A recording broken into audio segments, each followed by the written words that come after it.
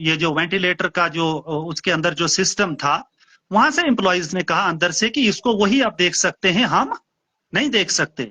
हाँ भाई लाओ, कहाँ हैं? कहते हैं वो बाहर हैं। उनको फोन किया गया और उन्होंने कहीं कहा कि वह होश में वापस ना आए, क्योंकि उसने वहां भी तो वो मेंटेन करना था। लेकिन क्या अल्टरनेट कोई हॉस्पिटल के अंदर था, या उसने इन्फॉर्म किया हुआ था अपने डिपार्टमेंट को मैं कहीं बाहर जा रहा हूं? हम ये कहते हैं, मैं देखिए मैं एक इम्पार्शल होकर, मैं किसी की पार्शलिटी नहीं कर रहा हूं, लेकिन मैं ये कहना चाहूंगा कि खुदारा गरीबों को, मजलूमों को, बीमारों को, हजरत इंसान को सियासी शिकार ना बनाया जाए।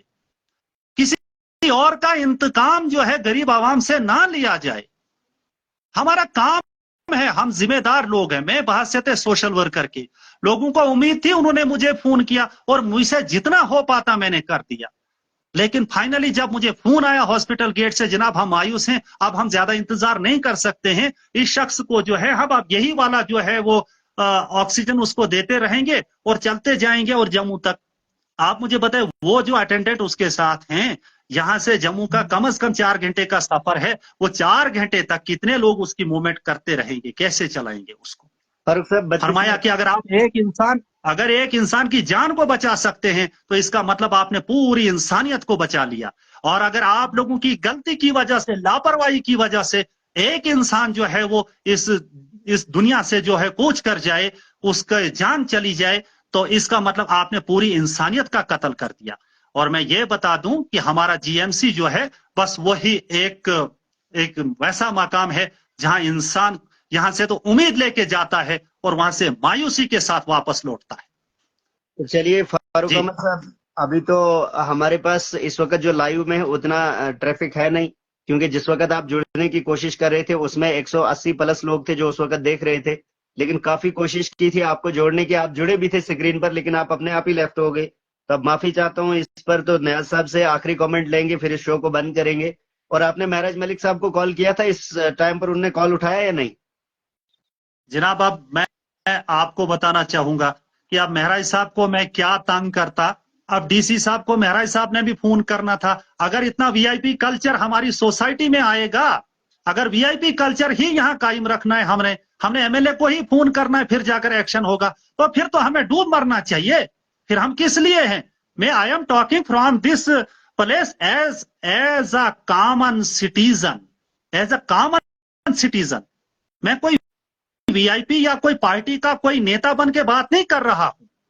फिर तो यहाँ पे अगर हम महराज साहब को फोन करके, यहाँ तो अपोजिशन में यहाँ पे जो है इस वक्त हमारे 70% लोग बैठे हैं, तो उनकी जानों के साथ क्या खिलवाड़ होना चाहिए?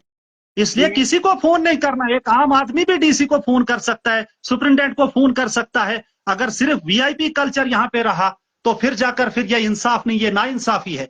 इसीलिए तो महराज साहब कहते हैं हमें किसी पार्टी से लेना देना नहीं, हमें किसी इंसान के साथ कोई इंतकाम नहीं, कोई बदला नहीं। बस जो फैसला होना था हो गया था। हम तो ओवरऑल टोटल पब्लिक के लिए काम कर रहे हैं। अब मैंने किया या आपने डीसी साहब को फोन किया, इसका मतलब क्या कि आपकी और मेरी कोई वैल्यू नहीं है? हमने भी तो वही बात कहनी थी, वही पेशेंट था, वही एम्बुलेंस थी, वही हॉस्पिटल था, वही केस था, वही वेंटिलेटर था, वो किसी से भी ठीक किया जा सकता था। इसलिए बेअदबी माफ। मैं ये कहना चाहूंगा कि हमने वीआईपी कल्चर को खत्म करना है, हमने इंसानियत को जिंदा रखना है, हमने इक्वलिटी जो है, इक्वलिटी बराबरी का जो है वो माहौल बनाना है। हमें पार्शलिटी नहीं करनी है। वीआईपी लोगों को फौरी ट्रीटमेंट दिया जाएगा और जो नॉन वीआईपी है, जो कॉमन मैन है, उनके साथ जो है मतलब गलत सलूक किया जाएगा। ये तरीका नहीं है सर, मैंने फोन नहीं किया। नियाज साहब, अगर प्राइवेट हॉस्पिटलों में ही इलाज करना है तो फिर डॉक्टर्स को गवर्नमेंट हॉस्पिटल में बैठने की जरूरत क्या है? फिर उसको वहां से इस्तीफा दे दिया जाना चाहिए, क्योंकि उसको किसी दूसरे डॉक्टर को उस जगह पे तैनात किया जाना चाहिए। ये आपकी आवाज म्यूट है नियाज साहब, आप आवाज अनम्यूट करें अपनी। अस्सलाम वालेकुम। फारूक साहब ने जो अभी माजरा जेएमसी डोडा का कहा, ये बहुत ही दिलदोज वाकया है। दिल रो रहा है इस बात पे।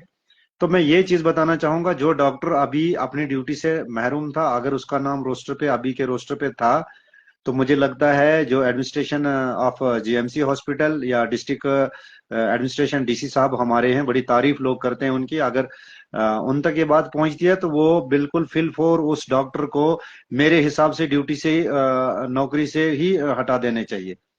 क्योंकि अगर उसकी लापरवाही की वजह से एक आदमी की जान जाती है, अपनी ड्यूटी, अगर उसकी ड्यूटी रोस्टर पे उसका नाम है, तो मुझे लगता है उसके खिलाफ फिल फोर कड़ी से कड़ी कार्रवाई होनी चाहिए। मेरी ये आवाज जो है ये महराज साहब तक भी जानी चाहिए। अगर वो अपनी ड्यूटी को छोड़कर प्राइवेट हॉस्पिटल में एनेस्थीसिया करने गया है तो उसके खिलाफ सख्त से सख्त कार्रवाई होनी चाहिए, क्योंकि उसको सबसे पहले जो ड्यूटी गवर्नमेंट की